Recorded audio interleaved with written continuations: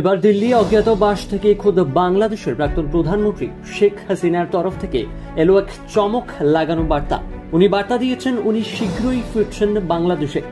দেশ ছাড়ার সময় একটি বার্তা দিতে চেয়েছিলেন শেখ হাসিনা, তখন তা হয়ে ওঠেনি। তবে এবার দিল্লি থেকেই সে বার্তা দিলেন শেখ হাসিনা। সে বার্তায় শেখ হাসিনার অভিযোগ, বাংলাদেশের দক্ষিণে অবস্থিত প্রবাল দ্বীপ সেন্ট মার্টিনস আমেরিকার হাতে তুলে না দেওয়ার জেরেই ষড়যন্ত্র করে তার সরকার ফেলে দেওয়া হয়েছে। উনি সরাসরি আঙুল তুলেন আমেরিকার দিকে।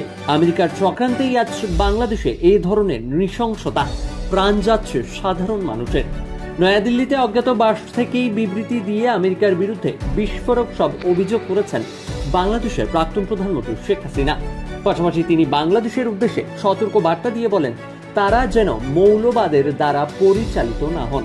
দিল্লি থেকে লেখা ওনার এই বিবৃতিতে হাসিনা দাবি করেন তিনি শীঘ্রই ফিরবেন বাংলাদেশে। এর আগে একবার তার ছেলে জয় দাবি করেছিলেন হাসিনা আর বাংলাদেশে ফিরবেন না। বাংলাদেশের প্রাক্তন প্রধানমন্ত্রী শেখ হাসিনা আরো বলেন, আমি পদত্যাগ করেছি যাতে দেশে আরো মৃত্যু মিছিল না হয়। ছাত্রদের মৃতদেহের উপর ভর করেই ক্ষমতা দখল করতে চাইছিল বিএনপি, তবে আমি সেটা হতে দিতে পারতাম না। তাই আমি প্রধানমন্ত্রী পদ থেকে সরে দাঁড়িয়েছি। আমি যদি সেন্ট মার্টিন দ্বীপটি ছেড়ে দিতাম তাহলে আজও আমি ক্ষমতায় থাকতে পারতাম। আমেরিকাকে যদি বঙ্গোপসাগরে ছুরি ঘোরাতে দিতাম তাহলে আজও আমি ক্ষমতায় থাকতাম।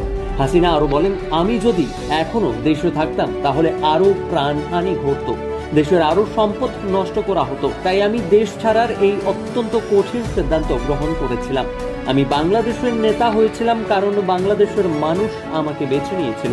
দেশের জনতাই ছিল আমার শক্তি। তবে আজ যখন শুনতে পারছি বাংলাদেশের মানুষ ও আমার দলের নেতারা আজ আক্রান্ত হচ্ছে, আমার হৃদয় ব্যথিত। এরপর শেখ হাসিনা দাবি করেন তিনি শীঘ্রই বাংলাদেশে ফিরবেন। তার কথায়, আল্লাহর দোয়ায় আমি শীঘ্রই বাংলাদেশে ফিরব। আওয়ামী লীগ বারবার ঘুরে দাঁড়িয়েছিল, এবারও তা হবে।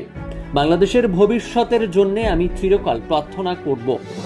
এরপর হাসিনা বলেন, আমি দেশের শিক্ষার্থীদের কখনো রাজাকার বলিনি। আমার পুরো ভিডিওটি চালিয়ে দেখার জন্য একবার অনুরোধ রইল শিক্ষার্থীদের কাছে। ভালো থেকো বাংলাদেশের বন্ধুরা। এমনটাই বার্তা দিয়ে তিনি তার দাবি শেষ করেছেন। এবার দেখার বিষয়ে আজও শেখ হাসিনা বাংলাদেশ মুখী হবে, যদিও হয় সেটা কবে, সেটাই এখন আমাদের দেখার বিষয়।